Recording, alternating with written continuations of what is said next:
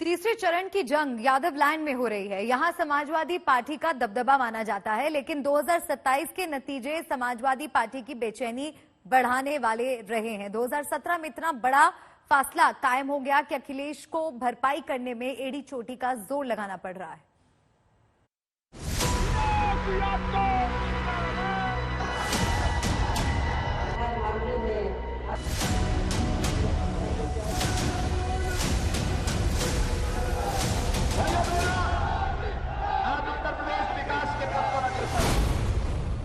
तीसरे दौर की लड़ाई बीजेपी के लिए जीत की गारंटी होगी तो समाजवादी पार्टी के लिए साख का सवाल होगा। कल यानी 20 फरवरी को तीसरे चरण में 16 जिलों की 59 सीटों पर वोट डाले जाएंगे। कल उन इलाकों में वोटिंग होगी जो समाजवादी पार्टी के गढ़ रहे हैं, लेकिन जहां सत्ता में रहने के बावजूद समाजवादी पार्टी 2017 में औंधे मुंह गिर गई थी। 2017 में तीसरे फेज की 59 सीटों में से समाजवादी पार्टी को 8 सीटें मिली थीं, जबकि गठबंधन की सहयोगी कांग्रेस केवल एक ही सीट जीत पाई थी और बीजेपी ने सर्वश्रेष्ठ प्रदर्शन करते हुए 59 में से 49 सीटें जीतने का रिकॉर्ड बनाया था। जबकि 2017 में पहले 3 चरणों की 172 सीटों में से 140 सीटें बीजेपी ने अपने नाम की थीं।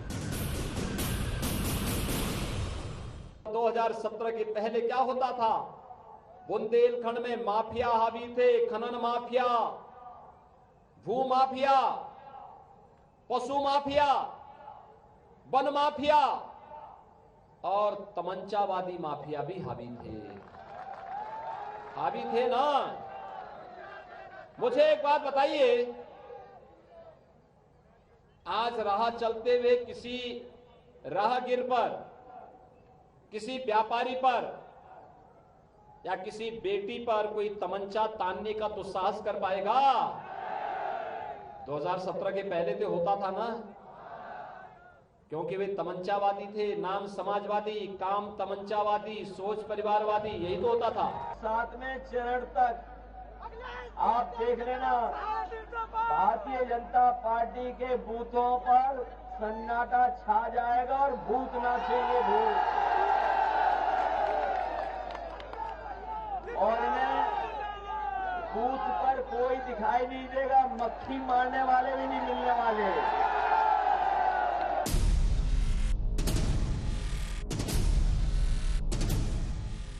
तीसरे चरण के चुनाव जिन 16 जिलों में हो रहे हैं, उनमें से 8 जिलों को समाजवादी पार्टी का गढ़ माना जाता है।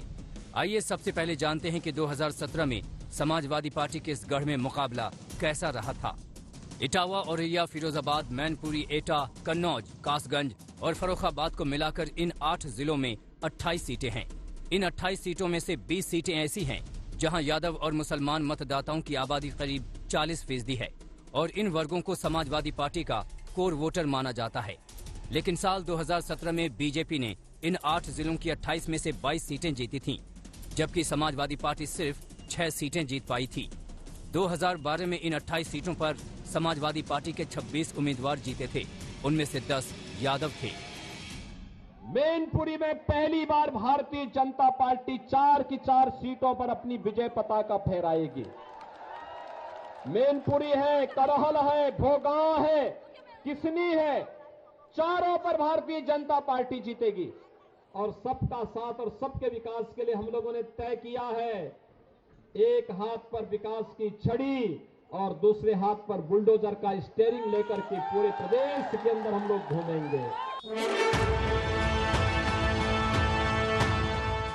लेकिन तीसरे दौर में बीजेपी ने कन्नौज में भी मुकाबला तगड़ा कर दिया है। यहां बीजेपी ने पूर्व आईपीएस असीम अरुण को अपना उम्मीदवार बनाया है। बीजेपी की पूरी कोशिश है कि समाजवादी पार्टी के गढ़ को ध्वस्त किया जाए। नतीजे बताएंगे कि बीजेपी की कोशिश कितनी कामयाब रही। आज तक ब्यूरो।